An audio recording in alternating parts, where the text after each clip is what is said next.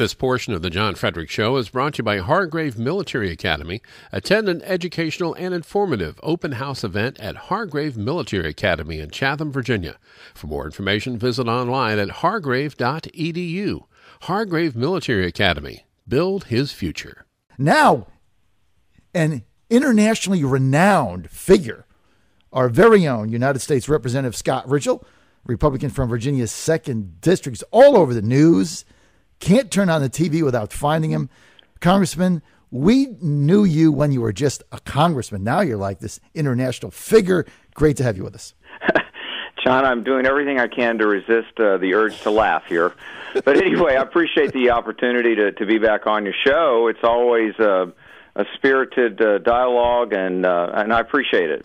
Well, look, we always enjoy having you on, sir, and we appreciate your access and, as always, your forthrightness and candor. One thing we can always count on from Scott Rigell, it's straight shooting candor right from the heart. So I want to go to the Syrian deal. It got about 2 issues. Let's go to your Syrian War Crimes Tribunal. Great idea. But let's back that up a second and go to the deal that is now on the table with the U.S., Russia, and President Assad. What do you make of it? Well, John, among the imperfect alternatives that were and really still are before us, I still believe that this process that we're going down is the right one. I say that recognizing full well that Syria and Russia are folks. They're nations that can't, be trusted on every level. That's obvious. But that said, right now, Assad has got 100% of his weapons and 100% control over these chemical weapons. So I want us to pursue this path. I'm glad that the president paused and did a reset, and this alternative came up. I'm just very hopeful that this will be a favorable outcome for really the international community. Well, anything beats us getting involved militarily. So, my position on this is I don't see the downside because we're no worse off, right? Well, I agree with that, and I know Lindsey Graham, Senator McCain are very much opposed to it, but I disagree with those good men, and I really think this is the right path. So I'm hopeful that there'll be some progress on it over the next week or two. Well, I think it's intellectually consistent with the administration's mantra, which even with the strikes that they wanted you all in Congress to authorize, they were not shy in saying that the objective was not to take Assad out or to have a government regime change.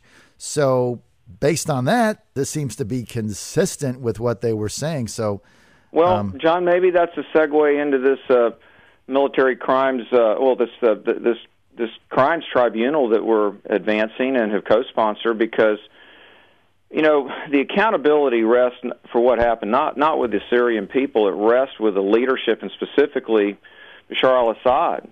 And that, to me, justice requires that he is personally held accountable for this. And he would actually go through a trial process under this path that we've set forth, and that to me is the correct path. My view is that man should never have a good night's sleep the rest of his life. I really believe that. A heinous crime was committed on the 21st of August. It's not in dispute that over 1,000 people died, including children.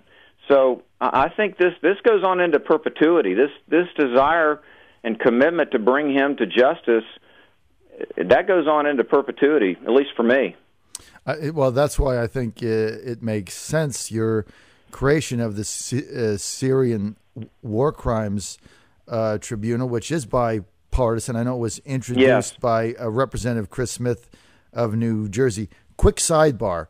The first volunteer work as a teenager I ever did was for Chris Smith. He ran for Congress in Woodbridge area in Old Bridge area, New Jersey, where I grew up in 1976 and he was very, very young. Do you recall how young he was? I don't know, but he was in his 20s, I think. He was in his 20s. He ran in 76 against an icon by the name of Frank Thompson, I believe, or Bob Thompson. The guy was like chairman of appropriations or Ways and Means. He was big dem, and he got beat. He was only a kid, and he ran on a pro-life platform. I worked for him, just as a teenager in 76. Interesting. And then in 78, in 78, I think Thompson got involved in that app scam. Remember that app scam scandal? Yes. And so somehow Smith, who was like a 50-1 underdog, squeaked in, beat Thompson, and that was in 1978. He's been there ever since. Yeah, the district loves him, and so he comes back, and he's a good member. And so he's behind this thing. So now, if the deal is made and Assad stays in power, what would the tribunal eventually do? Well, look, it's a very imperfect process trying to bring a foreign leader to justice, and I fully recognize that, John. There is a moral statement to be made here. That is that there is worldwide and universal condemnation should they go, even in absentia, bring him, hold him accountable, even if he doesn't show up, and put that mark upon him that he has committed a heinous crime against humanity. Mm-hmm. And his travel restrictions should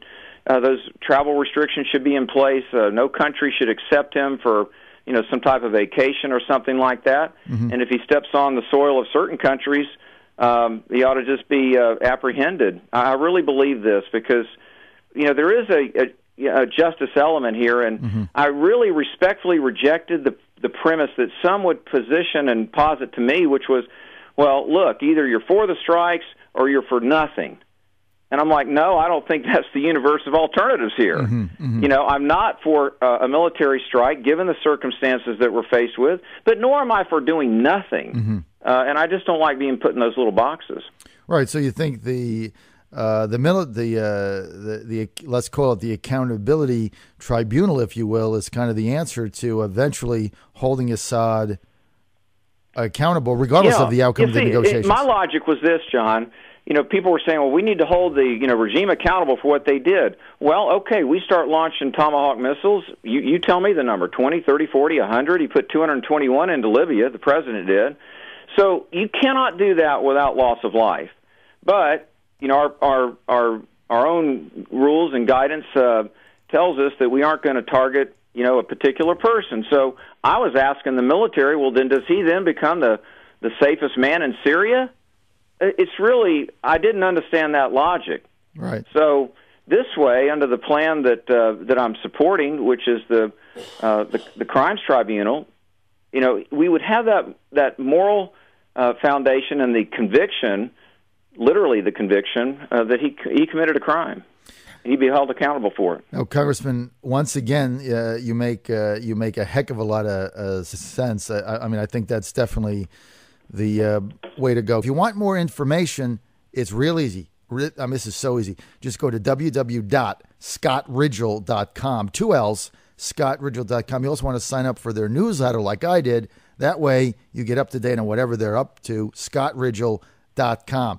Congressman, I want to get to the Federal Reserve right now. Big issue. Everybody kind of thought like me, Larry Summers was going to be the new Fed chairman. Yeah. That blew up. Feminists don't want him. He was a losing Democrat support. I'm not going to get involved in that on Obama's side. But it looks now like the new Fed chairman is likely to be, I'm speculative, the vice chairman, Janet Yellen. Right now, two things. Yeah. She'd be the first female, if that, so that's kind of interesting. But the other thing is, she's the architect of the quantitative easing, the easy money policy, basically. So I would expect, just as a layman looking at this, when you develop the program and you're the vice chairman, there's not going to be a lot of changes. A lot of people that were getting concerned about, when does the printing money spigot, not backed by anything, when does that finally catch up with us? Well, I think of it as like fiscal morphine. we do need to deal with the underlying pain and the problem. Maybe perhaps some quantitative easing at the apex of the fiscal crisis in the late fall and early part of 09, 08, 09. I lived through that, as a retailer, and it was rough. Now that said, our overall approach to this and this artificial holding back of interest rates is masking a really serious problem. I tweeted out last night, I think it was after 10 o'clock, I was watching Doug Ellendorf, the budget director, CBO, walk through our 25-year projection, and my hashtag on my tweet last night was sobering. And it really is. We can get out of this, but we need to make the right decisions. Our Democratic friends need to really address the fact that mandatory spending has got to be addressed. This should not be in dispute, and it's not a question of do we make some changes, it's what changes do we make. I mean, that's really the approach that we've got to take. The president has said as much, but the substance is lacking, and that's generally true of my Democratic colleagues, and I know that we've been imperfect as a Republican conference. We've talked about that a lot, John. Right. But I really need my Democratic friends up here to grab hold of that third rail of politics. We've got to do it for the next generation. Got to. Well, you cannot. It's like, let me give an analogy. It's like when there were gasoline subsidies and we had price controls over gasoline.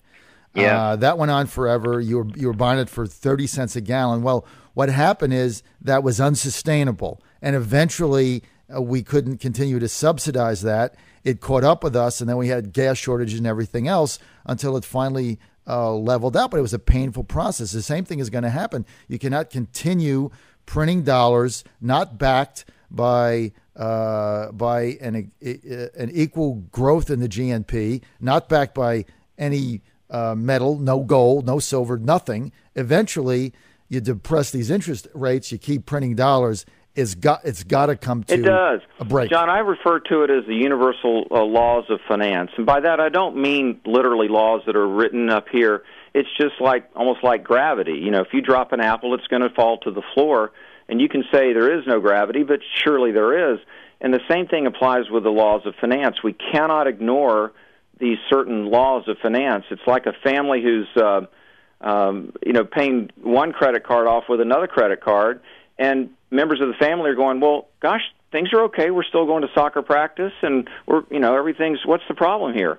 And you're going, no, this is going to catch up with you, and there'll be a point where you can't just do that. And I really, literally, John, every day this is on my mind. I'm a businessman and a season of public service, and it really is a threat to the very foundation of our economy and our nation. And I'd like to not think it's a partisan issue, because we've got to get over that and think about what's right. It's really immoral to not address it now, because if we don't, the people that need the help the most, John, the people who are going to need the help the most on Medicare, we really are going to have trouble even providing that if we don't make good decisions now. So I have a great sense of urgency here in serving, and I'm trying to elevate that sense of urgency within the Republican conference and the House floor generally, and everything I can out of our office at Cannon 418. Well, Congressman, we just hope, Congressman Rigell, we just hope that once again politics does not get in the way, although we know it will. I was actually encouraged with Larry Summers, because I thought that based on some of the comments he's made that he would change quantitative easing. I don't think Janet Yellen will, because it's her program. So I don't see those changes happening. We'll see how that plays out. Okay, Congressman, we're almost out of time. We got about a minute. Government shutdown looming again. Budget deficit reaching the ceiling. The Tea Party wing of the GOP, led now by Texas Senator Ted Cruz, says, hey, we got to get rid of Obamacare, defund it, shut the government down, let the chips fall where they may. What do you think? Well, we have a shared goal of replacing it with something far better. I do think that heading headlong and almost pointing us toward a government shutdown is not wise. I'd look for some common ground. I think allowing children to stay on their parents' policy to the age of 26, for example, and portability, those are two things that are common ground. Hold on to just a couple of things like that, but indeed, fight for, and I am fighting for, and we will fight for, defunding most of it. But most of it's really more of a delay than defunding, but we'll have to pick up that conversation at another time. But that's an important distinction that needs to be made. Okay, so as it stands now, from what I've heard you say, Congressman Rigell, you would not vote to shut the government down in order to solely defund Obamacare. Well, John, it would never be positioned that way. It wouldn't be saying, now this vote is a vote to shut the government down. No, it would come in the form of a bill that advances something that I'm looking for, but then we find this impasse. We pass a bill that would fund the government, and then the Senate doesn't pass it or the President doesn't pass it, and we don't budge, and they don't budge. That's how the government gets shut down. It's not like, there isn't, of course, and you know this, it's not a literal vote to shut the government down. It's both sides hunkering down and not finding some common ground when there's no funding mechanism out there, and that clock flips from 11:59 to 12 a.m. on the 30th, and then at 12:01 we're out of money. That's how it literally works from a legal standpoint. Well, Harry Reid says that Senator Ted Cruz from Texas is terrorizing Republicans with a Tea Party hammer. Is that true? Well, look, I really don't. I'm not avoiding the question, but I really don't keep track of exactly what he's saying. I've got a full plate serving Virginia's 2nd congressional district and working with my colleagues here, Democratic and Republican, in the House. But there is he's obviously got strongly held views on this topic. I think that's a good thing. It's really a question of strategy. I was at an event last night with Chairman Paul Ryan, and we talked about this. How do we get there? The strategy part is really critical, and what truly advances our mission.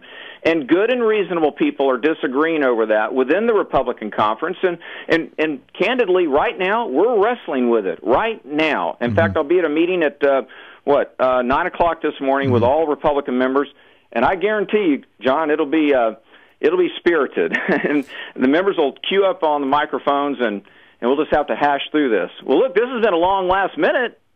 That's right. Well, that's it. It certainly has been, and we appreciate. Tough to get you off the air because everything you say makes so much sense. Well, I appreciate that. It's always good to be on the show, and I love it when we are able to take some calls sometime, and I appreciate the opportunity to connect with such a fine audience and a large and growing audience, so I congratulate you on that as well.